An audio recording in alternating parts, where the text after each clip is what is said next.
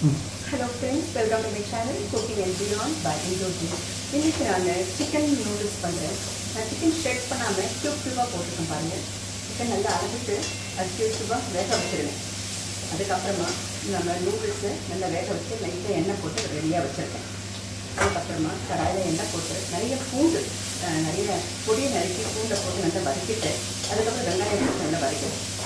அது வதக்கின பிறகு என்ன பண்ணால் அந்த சிக்கன் எடுத்து பண்ணி வேக வச்சுட்டு அதை போட்டு அதுக்கு வேண்டிய மசாலா பொடியெல்லாம் போட்டிருக்கேன். அது என்னென்னா மிளகுத்தூள், தனியா, சீரகம், அப்புறம் ரெட் சில்லி பவுடர், மிளகுத்தூள், மஞ்சள் பொடி, எல்லாம் உப்பு எல்லாத்தையும் போட்டு நல்லா வதக்கிட்டு வெங்காயம் சிக்கன் எல்லாம் வதக்கிட்டு அதுக்கப்புறம் இந்த கேரட்டு, இந்த capsicum, 2 colour green and red அதெல்லாம் போட்டு நான் இன்னைக்கு பீன்ஸ், கேபேஜ் போடுவேன்.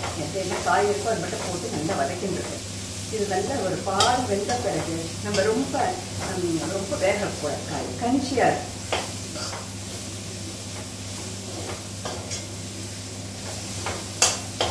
இந்த மாதிரி ஸ்டர் ஃப்ரை பண்ணிட்டே இல்லை.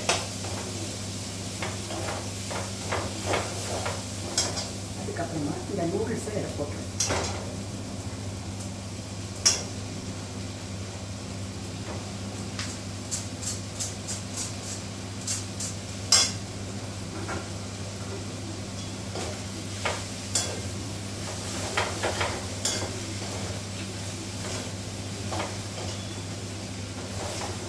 நல்லா கலரி கொடுத்துருங்க, சின்ன தீரத்துக்கு கலரிடுங்க. அதுக்கப்புறம் நம்ம ஸ்ப்ரிங் ஆனியன் பச்சை வெங்காயம் வந்ததுனால இலையை நல்லா பொடியை கட் பண்ணி சர்வ் பண்ணலாம். இல்லைனாலும் பரவாயில்ல, நம்ம கூட கொத்தமல்லி போட்டுங்க. It's all our dish. நமக்கு என்ன இருக்கோ அதை போட்டு இட்ஸ் 1 pot டிஷ்.